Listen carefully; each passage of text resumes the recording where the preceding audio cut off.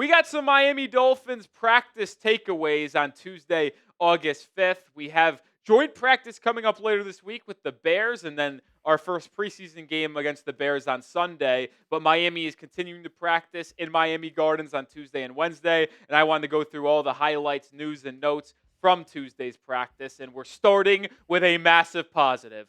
Look out, folks. I'm telling you what, based off what I've seen in training camp, this Dolphins pass rush has a chance to be absolutely dominant in the 2025 season.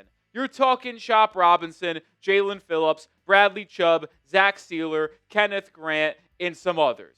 If these players can stay healthy, they have a chance to be one of the more special units in the National Football League, as well as on this Dolphins roster. And we've just continuously seen them play at a very high level in training camp, and I can't wait to see how they do in the preseason. But before we dive into more around what happened at practice today and give some insight, the bosses want more likes on the channel, unfortunately, so I'm trying to just make them happy. Can we get 500 likes on this show? Completely free content, twice a day, videos coming at you. So if you are appreciative and want bosses off my back, which would be greatly appreciated, hit that thumbs up icon. But when you look at what happened at Dolphins practice on Tuesday, August 5th, the O-line got beat up a bit today. There's just no sugarcoating it. And listen, it's going to happen. Yes, I do think Miami's offensive line is improved from a year ago, including James Daniels and Jonas Avianaya over Eichenberg and Robert Jones is a massive improvement.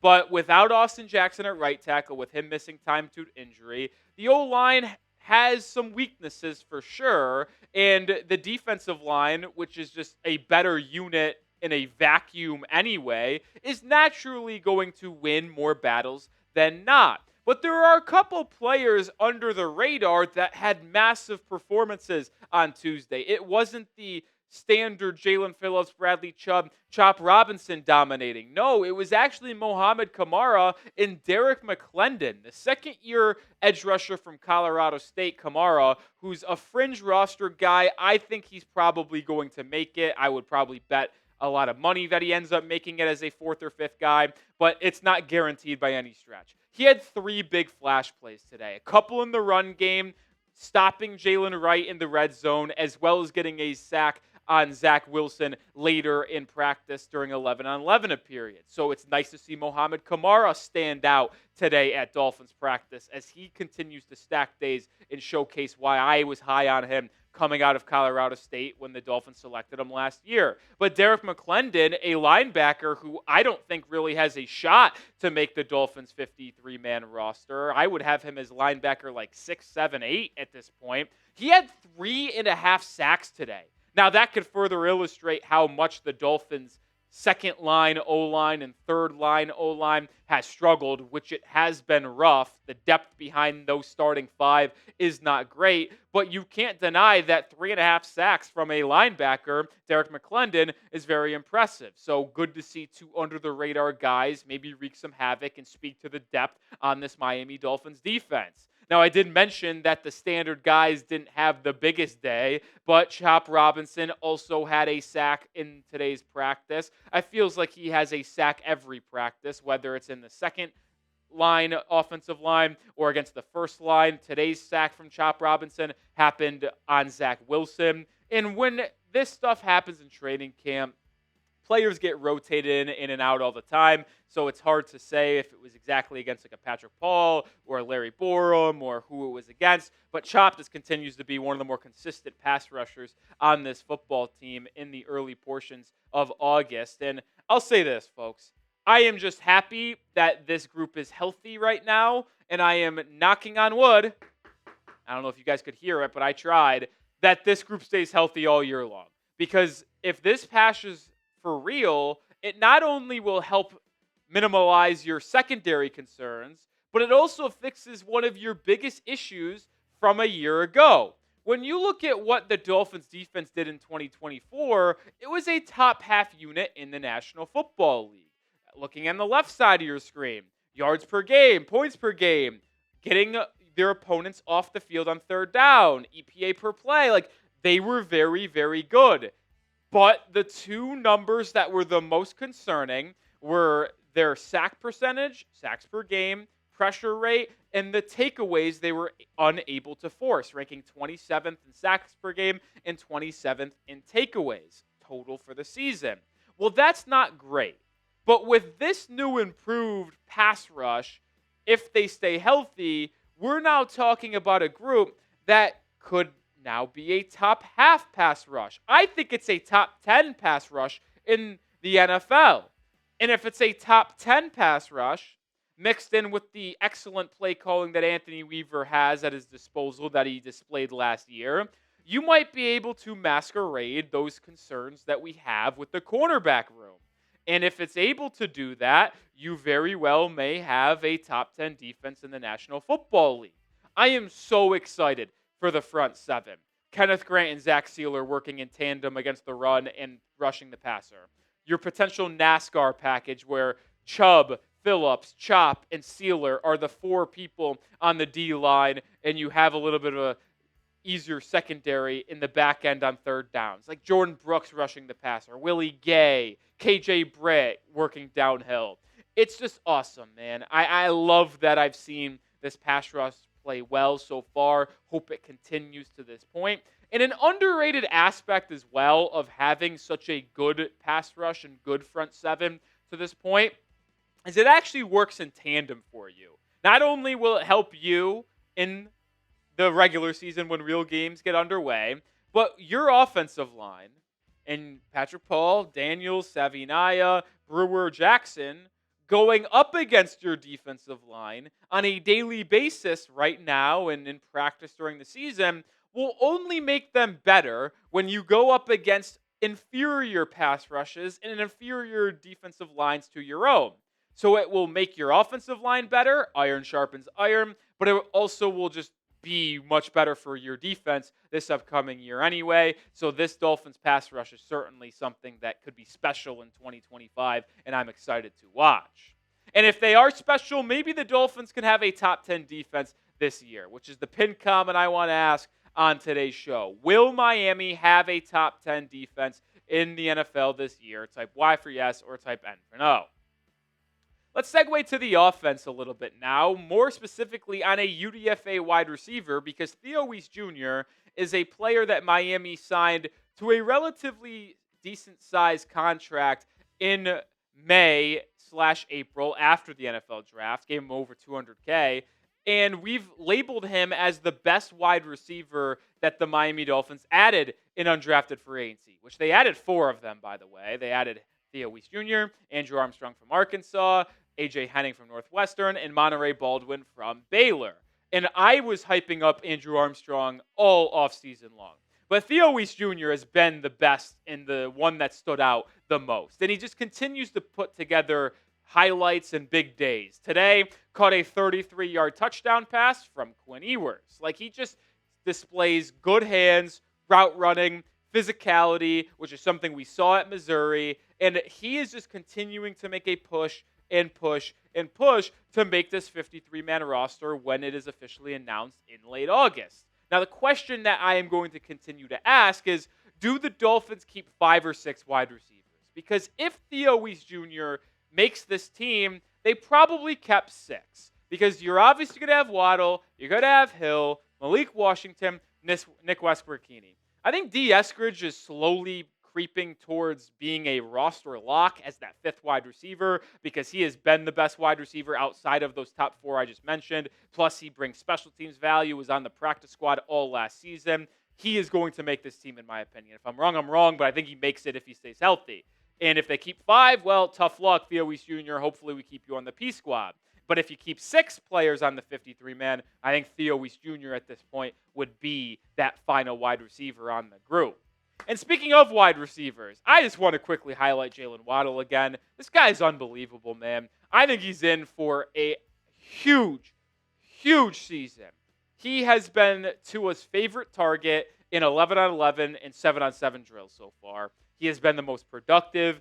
Tyreek Hill has had some nice plays for sure, but the buzz coming out of training camp and practice every day is just so much on Waddle, how dominant he's been, how consistent he's been. I hope that he's able to solve his drop problem from the past couple of years because he's dropped the ball a ton over the last 3 or 4 years since he's entered the league. But I think a huge year is on the horizon for number 17. I can't wait to see him. And I'll tell you what, if you play fantasy football, Jalen Waddle is going like the 6th, 7th round, I think, of fantasy drafts right now. That could be a steal. Take the flyer. I'm not an expert, but just based off what reading the tea leaves, I think he's going to be the most featured wide receiver in this offense. And make sure you do subscribe to the channel as well, because we have practice news, highlights, takeaways, and more breakdowns on this football team every single day. Join the channel. We're 68 subscribers away from 71,500. Can we get there today? I think we can. Subscribe. Another wide receiver. It's just a wide receiver show today because the offensive line struggled, defensive line succeeded. There was some nice stuff in the secondary for Miami. Malik Washington caught a 52-yard touchdown pass from Tua Tagovailoa. Beat Kendall Sheffield, I believe was the report. Now, also in today's practice, Sheffield got beat by Tyreek Hill. Tua underthrew Hill, who was open down the field. Sheffield was able to catch up and get his hand on the ball, forcing an incompletion. But nice to see Malik Washington having a 52-yard touchdown today. He will be an interesting player to watch as well. Does he get the most slot snaps? Is he wide receiver 4? Is he your lead special teams guy? Certainly a gadget player Miami will use. Keeping it on offense, though, I want to take a look at the tight end room because Darren Waller is still on the PUP list at this point. And with Jalen Conyers going on injured reserve, his rookie season is over. UDFA signed from Texas Tech. That's why the Dolphins signed Chris Myrick yesterday. We broke that down in a video. You need to be subscribed so you don't miss that. But based off what I've been reading, it sounds like Pharaoh Brown and Tanner Conner have been the best 2 tight ends for the Dolphins. We've seen Julian Hill be up and down, as he always is, dropping some balls. And sure, Julian Hill might have a smidge of value due to his ability to block and the understanding of this Dolphins offense. But if you're just seeing what Miami has right now, your top tight ends are Pharaoh Brown and Tanner Conner, with Julian Hill being number 3. We'll see if Darren Waller returns to get some reps in training camp and in the preseason, and he's ready to roll soon because I want to see what he can bring to the table. But the tight end room is not a good one for sure. But if I had to be a little bit positive and I guess label who the starters are, I think Pharaoh Brown's your number 1 inline tight end, and then Tanner Conner might be your specialty, like pass-catching tight end with Darren Waller still on the PUP list. Let's segue and round out the show with some injury updates now. We'll look at the attendance at practice today as well as talk about Jaelan Phillips. There were 6 players that missed practice on Tuesday afternoon. Andrew Meyer, the backup center. Alec Ingold remains in concussion protocol. Austin Jackson is still out with that lower body injury, but we know that's going to be a couple weeks. Ashton Davis obviously had that injury. We don't know the severity of it, but we know he's out for an extended period of time. But 2 young corners / safeties, Dante Trader Jr., who has missed basically all of training camp with an injuries to this point. And then Cam Smith missed his 4th straight practice. Like, I'm so sick of Cam Smith. I put out a video in a segment about Cam Smith yesterday, so we're not going to rehash it. I put out a short this morning on Cam Smith as well, so my thoughts are very much out in the open about what I would do with Cam Smith. Cut his ass. But Trader Jr. is starting to become a little bit of a concern for me because, man, you drafted in the 5th round, and with Ashton Davis being banged up, Elijah Campbell's a little bit banged up, this safety room is pretty thin, and these are valuable reps and opportunities that Trader Jr. could have sunk in here and potentially become a starting safety or the 3rd safety on this team. He's not able to do that because he is not at practice. Who is back at practice? Edge rusher Jaelan Phillips, who got hurt on Saturday, missed Sunday's practice. Miami was off on Monday, but then returned on Tuesday, which is a great sign. We'll rehash everything on Phillips. But make sure you grab this Dolphins shirt. Represent the football squad that you love on and off the field. It is $15 off. Chatsports.com/MIA shirt sale. That link's in the description. High up in the description, by the way, so you don't have to scroll far. And comments of today's video. Sizes small through 2X in stock, XXX, no good. But grab yours today. One more time, chatsports.com/MIA shirt sale. So Phillips left Saturday's injury with a lower body injury, which is obviously a major concern because he, over the last 2 seasons, have had in 2 separate years a torn ACL and a torn Achilles. So when you ever Your lower body injury in Phillips, you get a little bit of nervous. Well, Phillips tweeted out on Saturday that he's fine, just a bruise. He just got leg whipped. But obviously, Miami fans are going to be concerned. It's good that Phillips provided clarity on how he is not actually severely injured. And speaking to reporters today, he actually talked about his injury. He said he appreciates the concern from all the supporters and stuff, but yeah, just had to let everybody know. I had people blowing up my phone. Is like, everything okay? So maybe next time, let's just, hey, Jaelan is down for a second. It's all right, though, referring to the reporters saying that he is down with a lower body injury. But Phillips said he feels great. Obviously, back practicing. Those contusions hurt like a mug now. I'll tell you that much. But yeah, nothing long term. I'm back. I'm great. And that's just great news for Miami because the Dolphins need him in a massive way. And personally, he needs to have a big year as well because he is entering the final year of his contract. This is the fifth-year player option, or I guess team option, on his rookie contract. So he's an unrestricted free agent after this year. If he gets hurt again and misses time, that would be 3 straight years of being hurt. And I don't care how positive and promising the first 2 years of his career were and how good he was in 2023 before the injury. If he can't prove that he can stay on the football field, he's not going to get a big payday, and he's probably going to have to take a 1-year prove-it deal. And I know he doesn't want that, and I know he's a talented player enough to be a top 2 pass rusher on a football team. Hopefully he stays with Miami. Hopefully he plays 17 games this year, has an excellent season, at least 8.5, 10 sacks, like he was on track to do in 2023, and gets a nice little paycheck from Miami. Draft, develop, extend. It's the mantra that Miami needs to play with. Hopefully Phillips is able to get that extend part of it. One more injury note that we have to do. This is a massive show, loaded episode. That's why you subscribe. Ace special teams player and safety Elijah Campbell was in a red non-contact jersey at today's practice. No one really knew why. I don't remember reading or seeing anyone talk about how